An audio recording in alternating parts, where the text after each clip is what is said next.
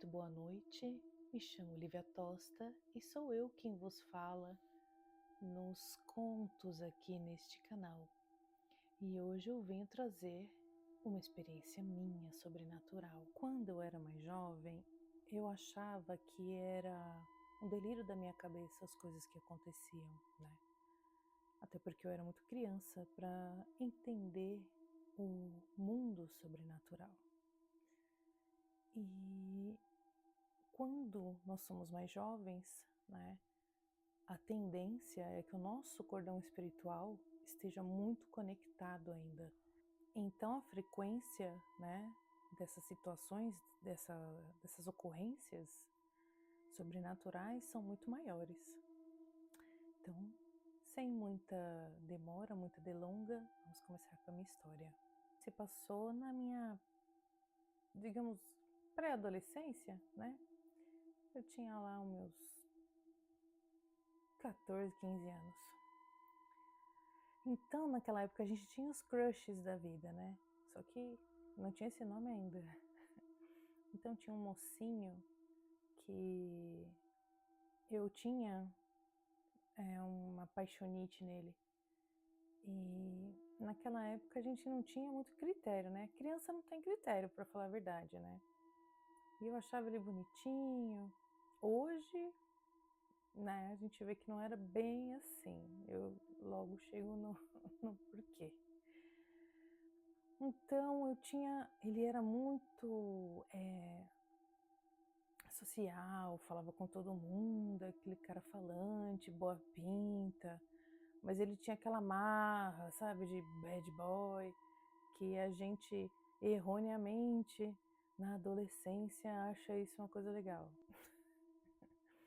Então, acho que um dia ele estava sem nada para fazer, né? Porque eu, na minha adolescência, nessa fase, eu não era uma pessoa muito famosinha. Tinha as famosinhas lá do clube e eu era uma menininha bonitinha. E aí ele pediu para ficar comigo, que eu acho que ele estava sem fazer nada, né? Porque ele nunca tinha me dado uma dica de que queria ficar comigo, um olhar. E por que eu digo que eu acho que ele estava sem fazer nada? Porque neste dia a gente ficou e ele falou assim para mim: vamos cada um sair por um lado, porque aí ninguém vê que a gente estava aqui. Ou seja, ele não queria que outras pessoas soubessem que ele tinha ficado comigo. Eu passei por isso. Então assim, beleza, a gente só deu uns beijinhos, coisa de, né, aqueles namorico de adolescente, né, aquela descoberta, né, mas ele era muito malandrinho, eu era muito bobinha. O que ele fez? A gente estava num lugar ali que tinha uma área de mata e tinha a área normal, né, de asfalto, né, uma ladeira lá que ele desceria facilmente para perto da civilização. Onde estavam todas as pessoas, as áreas ali, quadra de tênis, restaurante, enfim. E já eu, menina, ele me deu o caminho mais difícil. Então já começa aí sobre o caráter dele, né? Mas eu era bobinha. E eu fui por uma área de mata. Aqui onde eu moro na Zona Norte. A gente tem a Serra da Cantareira, Mata Atlântica. E esta parte exclusiva do clube é muita mata. Mata mesmo. Tanto é que hoje é proibido caminhar lá, né? Não é permitido caminhar. Mas tinha parte que era o desmatado, né? Que a gente podia.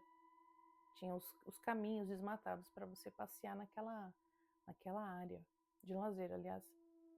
Muito legal. E eu, depois de dar uns beijinhos, fui, né? Segui o caminho da roça para encontrar com as minhas amigas. Fui eu andando à noite, não me lembro, como faz muito tempo, não me recordo o horário ao certo, mas já estava escuro. Fui caminhando e tipo, eu pensando coisas de menina enamorada, boba, né? Nossa, eu consegui ficar com ele, nossa, que legal, toda felizinha, né? Pulando de felicidade, indo embora, né? Tomando meu rumo naquela mata, aquele horário da noite.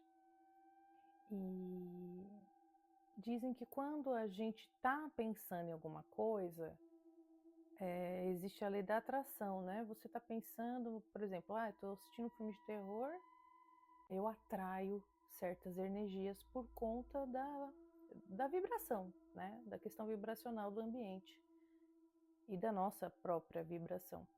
Só que não era o caso. Estava feliz, estava alegre, emocionada, né? Porque tinha ficado com um carinha que eu achava legal. E então eu não estava puxando nada, não sintonizei com, com alguma coisa, no caso negativa, que eu pudesse puxar ali no local. Então eu estava assim feliz andando, de repente, numa área assim, no meu lado esquerdo, imaginem vocês uma parte da floresta ali, da Mata Atlântica e umas moitas, né? Eu ouvi um barulho de galho mexendo, sabe? Aí eu tava pirilampa, parei. Parei, peguei e olhei. E fiquei ali estática, né? Porque um barulho incomum, eu estava sozinha. E eu parei e fiquei olhando para aquele mato, para aquela moita, né? E a moita se mexeu, assim, sabe? Acho que vocês conseguem imaginar aí uma moita chacoalhando, né? E assim, não tava vento. Não, isso foi muito estranho. E eu fiquei, nessa hora, eu dei uma congelada, fiquei assim, ó, estática e olhando para a moita. De repente, saindo dessa moita, foram saindo assim, ó. Imagine meus olhinhos aqui, ó, como se tivessem duas bolinhas vermelhas. Foram saindo assim, ó, da moita. Eu nunca tinha visto algo parecido. Eu não sei se algum de vocês já viram alguma coisa parecida, eu nunca tinha visto nada parecido. Foi aí que eu percebi que ao lidar com o medo, eu travo. Porque primeiro veio aquela descarga de adrenalina e eu fiquei parada. E depois, porque foi muita adrenalina no corpo, e aí o meu cérebro deu aquele start e falou: corre! Gente, pensa, corri. Corri de um jeito que eu nem sei como que eu cheguei, porque era só descida. O bonitão foi pelo pavimentado e eu fui pela estrada de terra e ainda tive que correr de sabe-se lá o que, uma assombração, eu não sei o que era. Hoje, penso eu, né, que deveria ser alguma entidade da mata, né, já que aquela mata lá é intocada, ela é realmente uma reserva, né, florestal dentro desse clube. Mas na época, imagina só, eu adolescente, o que eu iria pensar? Então, pensa no susto, quase tive um treco, mas assim, fiz uma maratona ali que nem eu imaginaria que conseguiria. E cheguei muito rápido lá embaixo. Neste dia, eu me superei. E essa é uma história que eu nunca esqueço. Me lembro muito bem. Essa foi a minha primeira história. Queria dar uma voz, queria dar uma voz, não, queria dar um rosto à voz que vos fala, sempre nos contos. E essa sou eu falando aqui sem nenhum script, sem nenhuma leitura. Eu espero que vocês tenham gostado. Beijo, beijo e até a próxima.